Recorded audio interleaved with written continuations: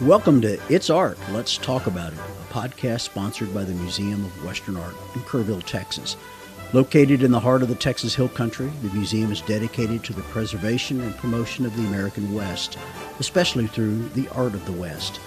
In this podcast series, we will visit with artists, art collectors, and gallery directors working in the Western art genre.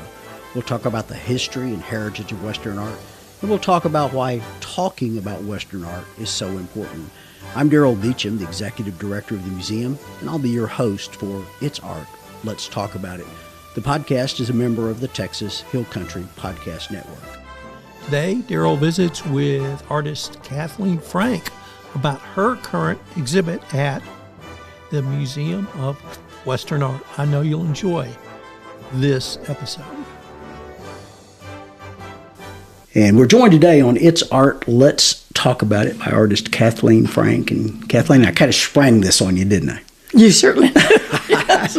I'm sorry. Showed up in Santa Fe to pick up some art for the upcoming art exhibit that Kathleen and Markel Harris are going to be doing at the Museum of Western Art. And I said, by the way, Kathleen, you want to do a podcast? And you said, I listened to them, but I've never done one.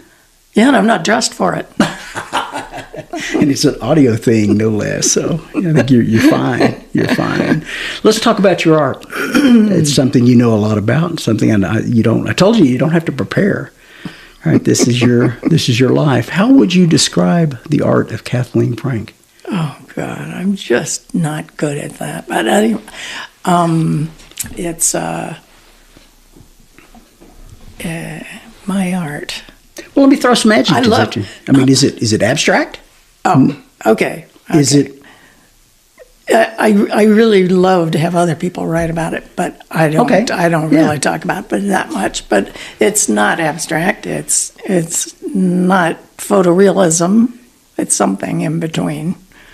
Some people think it's kind of wild looking. I think it's normal. Yeah. It's very normal. It's got a little bit of a wood carving look to it, a printmaking look to it. It's got a little bit of, a little of abstraction, a little bit of impressionism. Yeah, it's probably more impressionist. Yeah. And the colors certainly are. And it's certainly bright. Yeah, and some people would say I'm a colorist, I guess, because it's bright and cheerful. I kind of go for the cheerful. I like things to be light and happy, but I just love landscape, and when I'm in it, I know when I see a painting. Yeah, it's usually when we're hiking or driving. Sometimes we have a cabin in California, and it's been in the family for, 60 years now or so. And whenever we go there, we make hay with, stopping in all sorts of interesting places. And I get lots of photographs, and I paint from my photographs. I'm a studio painter. I don't paint plein air. And that's because mostly landscapes. It's landscapes. This is what I've seen. Right. Yeah. Sometimes, in the dead of winter, I'll paint something in the house. But when I first started painting in my very first class, right out of high school, in a junior college, they took us to the headlands of the Golden Gate Bridge. Okay. Because I lived in Marin County in California. And I started painting with a nice big canvas on an easel. And it was my first painting, I think. And I had the Golden Gate, and I said, I had begun to paint the city in the background when the fog rolled in. Okay. And the fog rolled in and completely covered everything. And it began to swirl and stuff, so I began to doing white swirls around, and it was a lot of fun. And then it rolled out again, and then I had to... and it did that twice. I mean, it rolled in, rolled out, and trying to figure out as a kid what the heck to do now. And that's when I decided plein air painting was not for me. And now I'm certainly, I'm too old to be standing out there in the wind and the bugs and the hot sun. And My friend, the painter Walt Gonski, has what he calls the paintmobile. And it's a big van that he's modified, with windows so he can paint inside while he's painting outside. Oh, nice. Painting plein air, yeah. But that's his complaint too. I can't stand. He says I'm getting too old to stand out in the snow. So we're traveling around and getting out and hiking and all these sorts of wonderful places.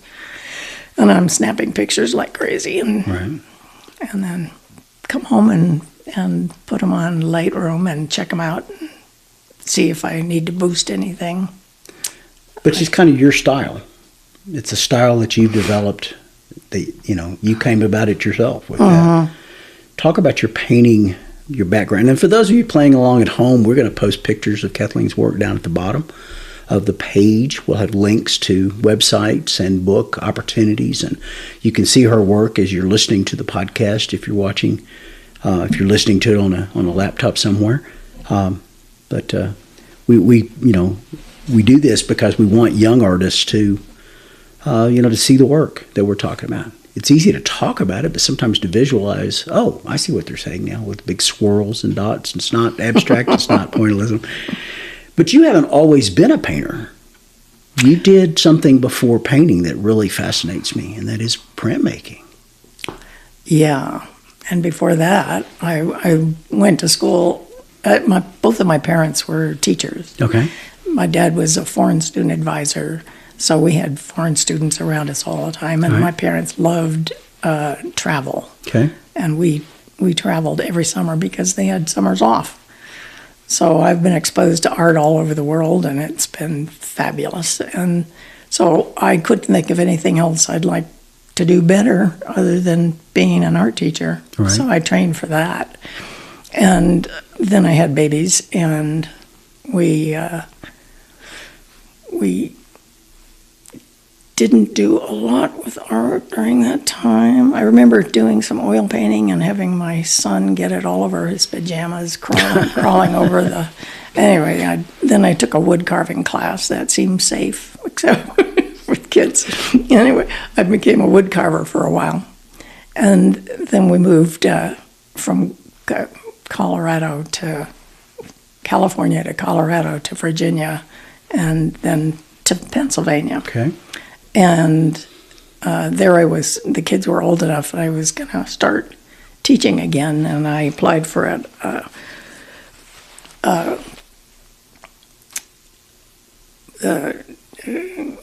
to get into schools again, and they said I needed to take a couple of courses, even though I had a lifetime California teaching credential.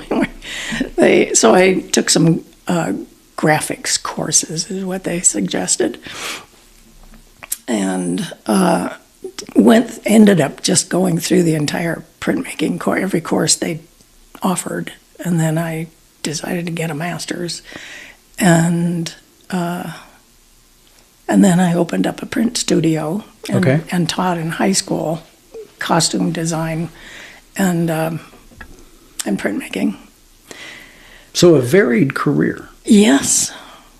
That you started with your current form of painting 25, 30 years ago? Maybe 25. 25? Yeah. And the way that came about was I was making costumes from the silk screen. I was doing screen printing on fabric. Okay. And creating a body of work of costumes and masks. And that was what my master's thesis was masking and what how art changes people in that way. But behind the mask, right. Behind the mask, you're a different person.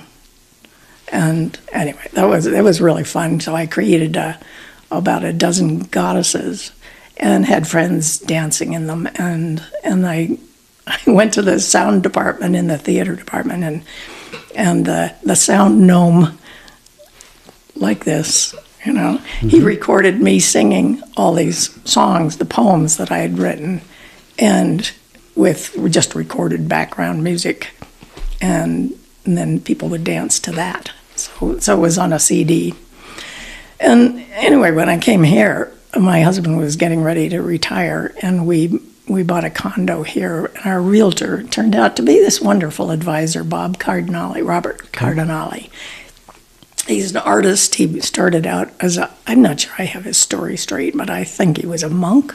And then, then he was an art college president or dean. I'm not sure about Here that. in Santa Fe? No, somewhere else. All right. And then he came to... Then he came here, okay. He came here Okay. and to be in development for the museums.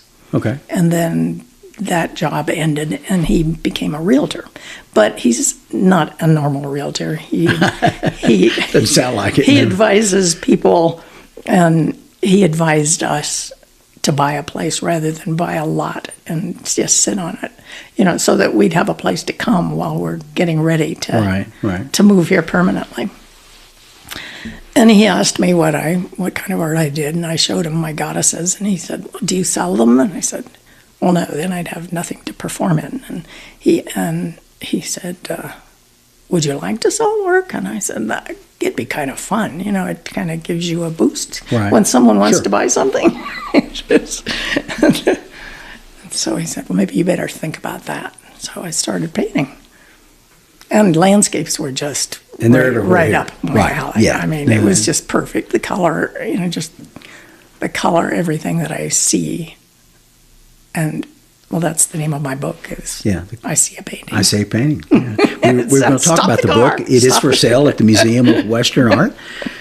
You can go online and order the book off our website if you'd like, or you can go out to Kathleen Frank and order it. And we'll talk about how to get to you in just a minute with that. But your paintings are not your traditional, like I said earlier, cowboys on a horse looking left or cowboys on a horse left. They're landscapes. They're bright. They're pretty. One that particularly fascinated me was Starry Night. So there's one in the show. You can click on the link and see the entire show online. But talk about one of your paintings. Let's talk about even Starry Night. That's a fun one. Yeah. I'm of an age where I need some help. I'm not going I'm just going to get it out of the way because it's the elephant in the room. Today is your birthday. Yes. And so people have been calling you all morning as we've been packing up your show and wishing you a happy birthday. And so congratulations on that. But you're of an age. I'm of an age that, I'm not going backpacking anymore and carrying my photos, my camera. And so I've been going on like Road Scholar trips, or I went on a photo workshop with Munch Workshops up in the San Juan Mountains, where we glamped, but it was still very uncomfortable. It was freezing cold, for one thing. We were up at like 14,000 feet. That's up there. Not quite 14, probably 12,000, 11,000. Yeah, so it was lovely during the day. But they drove us around to fantastic-looking places. Right. And the poor guys, they have really good photographers. And every time they'd come over to my camera, I'd have it on auto. And they'd fool around with it and say, no, you need to do this and that. And so it was fine. I took some pictures, and the next time they'd come around, I'd have it on auto again. But I was really there, I was just there for the landscape. Right. They were there to teach people wildflowers and things like that. Talk about your process, though. Then you take the reference photo. Yes. Bring it back to your studio. Yes. And then your painting day. What does a painting day look like for Kathleen Frank? Well, for an interesting thing that I do with the photo, I blow them up and put them on. I grid them, and then transfer the grid to the canvas, so that I get the basics all in there, and I could lay down the beginning. I start with. Sometimes they're so big that it's a big challenge trying to figure out, what to paint. So I'm very orderly about it. I start at the bottom.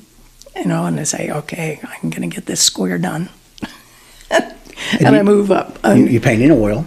And paint in oil. Okay. And sometimes, if there's a lot of yellow, I'll just do all the yellow and get that in. And I do an awful lot of outlining. And I don't know, that's kind of come in the last few years. Sometimes some paintings seem to need it and some paintings don't. But my day of painting is, I try to do at least a line on the grid and move my way up. And sometimes I just give myself an hour and then go out and do some gardening, walk the dogs. Every day is a hike in the morning with the dogs, at least 3 or 4 miles. Wow. We've got a park right attached to our development, so it's really handy, and it's beautiful views. And sometimes I take my phone out there and I'm taking the same pictures over and over again. Oh, you can paint your front yard and the views for the rest of your life, for the rest of several lives here. Yeah. It's spectacular scenery, And there are definite hours. I'm not a 9-to-5-er. I have an absolute 2 hours every evening that I paint after dinner. And otherwise it's an hour here and an hour there. Just paint when you can, when you find inspiration. And I actually sometimes set the timer, make sure I get it at least an hour in. So kind of like exercise. Because it's an awful easy thing to do the laundry or, just spend so much time doing other things around the house. So I have to make sure I get those hours in. We visited about this earlier, and I told you we have a lot of young listeners to this podcast. I think it's 4,500 that listen, but a lot of youngsters. And I ask in our newsletter, if you're listening to the podcast, what questions would you like to have asked? And one of the questions was, to talk about your day, which you've done. But probably the number one question was advice. What advice do you give young painters? You give youngsters starting out in this game? And you taught it for a number of years. Taught art. You taught. Now you're doing it. What advice? And the answers I've gotten is everything from muscle memory to time on task to, develop your own style to learn spreadsheets. I mean, it's all about, so for some people it's about things I wished I'd known when I was I wish I had taken more business classes to become an art major, right? If that makes sense. Oh, it does. But well, what advice in general? Talk about, if you got a young artist sitting across you and they say, Miss Frank, what would you advise I do? What's the answer? Well, like when I wanted to be a writer at one time, and my father said, are you doing it? Why aren't you writing?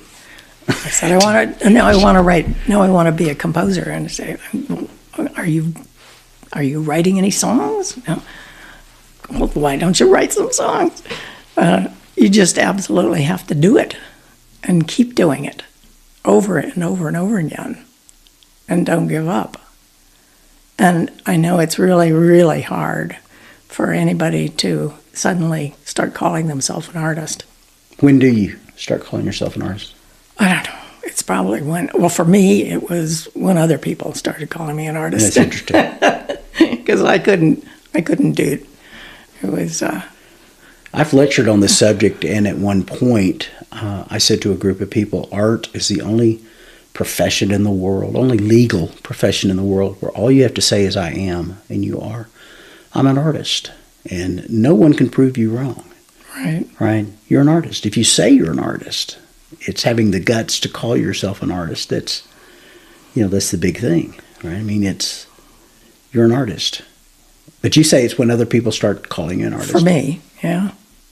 I know that there are people who, have so much self-esteem that they could do it right away.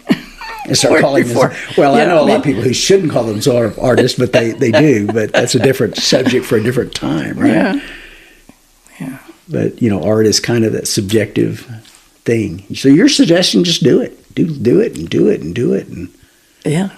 And I once heard an artist speaking about this exact thing and saying she made sure that she at least went down into the studio, 30 minutes. And absolutely every day, 30 minutes. Every day. And she said it always turns into much more, which is why I will set the clock for, or set my timer for an hour, but I usually don't stop then. It's just that I make sure I get in that much time, but it just keeps going. Who in the art world do you admire? This is your chance to shout out. You got artists that you want to acknowledge, either an impact in your life or on your life and on your art's work? Well, Surendorf was one. He was a printmaker in California. He'd also gone to the Pacific and Tahiti, and I think he married someone in Tahiti. And my parents used to, they seemed to cultivate artists and musicians in our household, and they would always take me to visit artists. We had a watercolorist next door, and the Brants in Corona del Mar were their neighbors, and they were both watercolor painters. And Rex Brandt and his wife, they were very well known in California. It's fascinating for me because I interview a lot of artists, and when I ask that question, I hear about artists I've never heard of before, and that's great because it gives me a chance. I'll write these names down and I'll go and look and see if they, where I can find their works and who's influenced by whom. And there was a wood carver in Orcas Island that my mother in the 20s and early 30s was a camp counselor in a riding and sailing camp on Orcas Island, Four Winds. And the wood carving teacher had been in the WPA program. Yeah. Was it? Yeah. And I have several works from him. She remained friends with him and his daughter later. And I thought his illustrations and his wood carvings were fantastic. I mean, he's the one who got me into wood carving. Other than that, did you ever try watercolors? I did. I found it very difficult. Most people do. I mentioned that to one of the girls. I was just in Scottsdale at the Marshall Gallery, and they brought in a class of probably several classes of girls to speak to the women artists who were there, and one of them was saying she did watercolor, and she thought she found that the easiest. So I don't know. You never know. I don't get that. But let's talk about representation. And we're getting another buzz there. That's the problem with live radio. Well, not live, but recorded radio. That's fine. Gallery representation. Your galleries are, and I'll put them in the website so that people can click on them and see them. But who are you represented by? Here in Santa Fe, it's not a gallery, but it's La Posada. Okay. It's a hotel. Sure. And they've got lovely works. Yeah, it's an old hotel. I started with them in 2008, I think, and been with them ever since. And Sarah Eystone is their curator. Saks Gallery in Denver. Okay. The Sportsman's Gallery or Pederowski in Beaver Creek. Okay. And Christopher Clark Fine Art in San Francisco. New one for me. I haven't heard of Christopher Clark. I thought I'd heard of most of the galleries in the country, but in San Francisco. Yeah. Okay. We'll put the links at the bottom of the page for people. And two in Texas. They're fairly new. Is it A05? Okay. In Austin. I hope I'm saying that right. And Alan Barnes. Right. In, where is he? Houston? Houston. Yeah. Right. Alan Barnes is in Houston. Right. Yeah. Okay. We get some good representation out there. I'm glad I got them all. Yeah. Well, the show that we're talking about, and the reason we're having you on It's Art, Let's Talk About It. I'm supposed to do a little break here at 20 2 minutes, and I kind of missed it. It's art. Let's talk about it. Our guest today is Kathleen Frank, and we have a show coming up with Mark L. Harris at the Museum of Western Art. Starts in mid-November and goes through January, into January. Let's talk about that show. It's New Brush, New Bronze. Is basically, a new look at the American West. How did you and Mark get together? I've never met Mark. Have you not? So your agent. Yes, we're represented by the same agent. Represented by the same agent put this together. That's how I first got the contact with her, Audrey, and she's very professional and she gets it done. Yeah, she's great. She said, this would be great. I said, I don't know, and I thought about it. This would be great. So look at this, and that'd be good. I didn't know if you guys even had a relationship, you and Mark. And she said, no, look at the styles. And and finally she just, I don't want to say wore me down, because it is good work. It really is. And when I called, I had an opening in our one gallery in what we call the Egloff Gallery. And it's a small to medium-sized gallery. And I thought, man, this would be perfect. If Kathleen can come up with 14, 15 works, which there'll be 14 in the show. Right. And Mark can come up with 10 or 12 or 14 works, and that'd be great. And she went away for a while, and then she came back and said, done, we're on. And we found the dates and set it all up. And so, I'm excited to come. Yeah, it'd be fun. And if anybody has any ideas of where I can go driving around the region there. We're going to get you set up on that. We've got a lot of folks who can. Because I need some reference photos for doing more paintings of Texas. We wish it were bluebonnet season. That happens in the spring. That's traditional. But we'll send you out on the same basic loops that've got the Great Hills and the stuff. Okay. Willow City Loop out towards Fredericksburg. Great. There'll be we've got you lots of places that you can go and paint. Yeah. Because the Texas Hill Country is a painter's paradise. I've been to Fredericksburg. Yeah. We're just 20 miles down the road. So, okay. Yeah, right down the road from Fredericksburg. So the art scene is booming in the Texas Hill Country. Right. So the new age of new brush, new bronze with Mark L. Harris and Kathleen Frank. It opens November 15th, I think, at the Museum of Western Art. And about the time this airs, probably. So if you're out listening to it, it's in those dates. Come by and see those works. Works are for sale as well. But this is a show that's going to go somewhere after our museum. It opens at the Museum of the Big Bend. And that's going to be fun to, get it out there and help them get it set up in there. So you get a double whammy in Texas at the same time. Yeah, there's a third one. Yeah. And then there's a third one somewhere, but I can't remember. I'm only going to get it to the second one. Yeah, you get it. So then she can, your agent can figure out what to do with that. What's your favorite thing to paint? If you could paint anything in the world, what would it be? I'm always looking for a great foreground so I can get some nice details in there, and a wonderful midground, and of course a great background, and lots of clouds. I usually... You like clouds? Yes. Well, I certainly don't want to paint a plain old blue sky. Yeah. Texas have a lot of blue sky. We have a lot of blue sky. Well, I have been known to make blue sky interesting. Yeah, no, we've got a lot of blue sky. We've got a lot of clouds. But if you like those, foreground, midground, background kind of scenes, Santa Fe, New Mexico has got to be your place. Yes. This is such a lovely, beautiful thing. Talk about the book real quickly. I See a Painting. Yeah. Is a very nice coffee table book. We'll have it available for the sale. How'd that come about? I thought, well, I told them I wanted to do a book at some point, probably, for several years.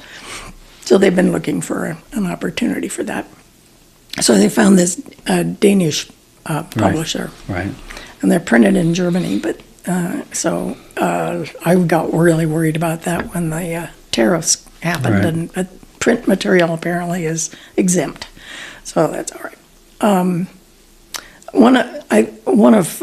It was their idea. I mean, this idea of putting in the photograph and on one page, and the facing page is the painting. Right. And I think people seem to find that the most interesting part of the book is. It is fascinating, and it is a lovely book. I highly recommend it. We have one in our museum, our museum library, which has over 6,000 volumes of books, and we're glad and honored to be able to add that copy to the permanent collection of the museum. We think that'll be I'm honored to be in it. It'd be fascinating to see it, see it among all the others. But yeah, a great book, and it's going to be available on our link. So if you look down at the bottom of the page, you see the links. We'll get you to everything. So how does somebody get a hold of Kathleen Frank? They say, okay, I've seen the show, I looked at the flip catalog online, I've listened to the podcast, and I just have to have one of her paintings. And we're going to assume that all of ours are going to sell out and scare everybody. Yeah. But how do they get a hold of Kathleen? What's your best way of reaching out to you? Do you want them to go to the galleries or website? Well, they're not going to find paintings at my house because I pretty much go out as I paint them. Except all these that have been sitting here for the year waiting for this show. Your representation.